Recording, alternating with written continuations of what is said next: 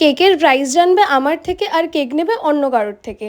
High, আমি রিশা। গত ৩ বছর ধরে আমি কেক বানাচ্ছি, তাই আমি এটুকু তো আন্দাজ করতেই পারি যে কে আমার থেকে আসলেই কেক নিতে চায় আর কে শুধু প্রাইস জানার জন্য আসে। এর মধ্যে আমি কিছুজনকে ফলো করেছি যারা আমার থেকে কেকের প্রাইস জানবে, সমস্ত ডিটেলস জানবে, কত ডেলিভারি চার্জ পড়ছে সেটা জানবে, কী কী ফ্লেভার পাওয়া যায় সেটা জানবে, এবং সেই সেম কেকই নেবে অন্য কারোর কাছ থেকে। তারা ভাবে হয়তো আমি কিছুই বুঝি না, কিন্তু তাদের উদ্দেশ্যেই আজকের এই ভিডিও যে আমি সমস্তটাই বুঝতে পারি। আর তোমাদের সাথে আমি শুধুমাত্র খারাপ ব্যবহার করি না এর জন্যই, কারণ আমি চাই না আমার জন্য কারোর খারাপ লাগুক বা কেউ কষ্ট পাক। ঠিক এই কারণে আমি চুপচাপ থাকি এবং তোমাদের সমস্ত ডিটেলসই প্রোভাইড করে থাকি।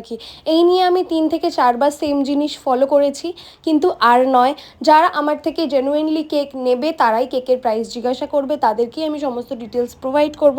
আর যাদের আমি চিনে গেছি যে যারা সত্যিই নিতে চায় না কিন্তু বারবার এসে একই প্রশ্ন করে, তাদেরকে আজকে থেকে কোনো রকম রিপ্লাই আমি দেব না। তাই যারা এই ভিডিওগুলো দেখছো আর যারা এই সমস্ত কাজগুলো করছো, তারা প্লিজ বন্ধ করে দাও আমাকে টেক্সট করা, কারণ এরপর থেকে কিন্তু তোমরা কোনো রকম রিপ্লাই আমার থেকে পাবে না।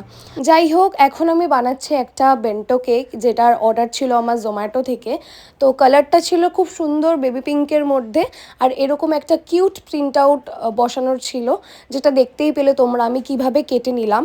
তারপরে হ্যাপি বার্থডে লিখে দিলাম সুন্দরভাবে, এবং সাথে কিছু রেড হার্টস অ্যাড করার ছিল।